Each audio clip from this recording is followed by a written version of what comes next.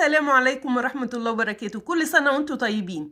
النهاردة هعمل لكم كحك العيد على أصوله بطريقة زمان.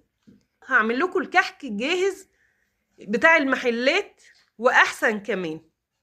المكونات بتاعتي أنا جهزت طلبات الكحك كلها، بس هقول لكم على مقادير الكيلو.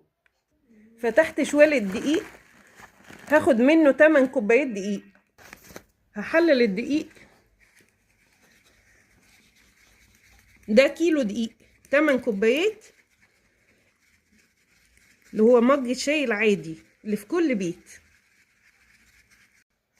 حللت الدقيق كويس، بعد كده هحط عليه السمسم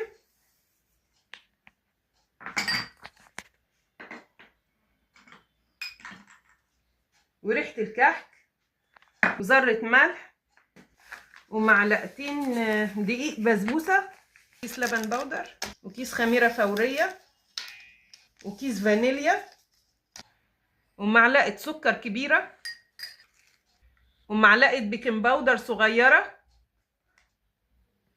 وهقلبهم كويس، وهضيف كوبايتين سمنة ونص كوباية مية دافية وهقلبهم كويس،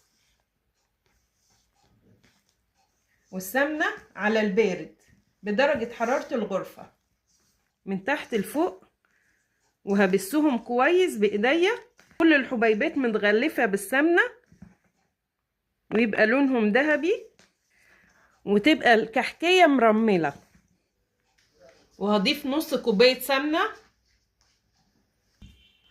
وبستهم كلهم اهوت، بقى كله مرمل. من نجاح العجينة انك تمسكيها تكوريها كده اها، تلم كورة كده، تمسك في بعضها كده.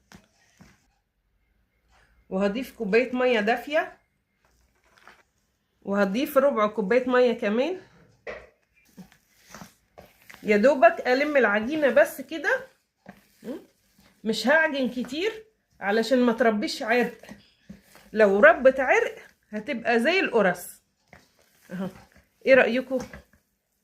شايفين مرملة اها. هغطيها واسيبها تختمر نص ساعة. دلوقتي هجهز الحشوة اللي هنحشي بيها الكحك بتاعنا. جبت نص كيلو عجوة، وكمان معلقة قرفة صغيرة ومعلقتين سمنة. هحط معلقة القرفة الصغيرة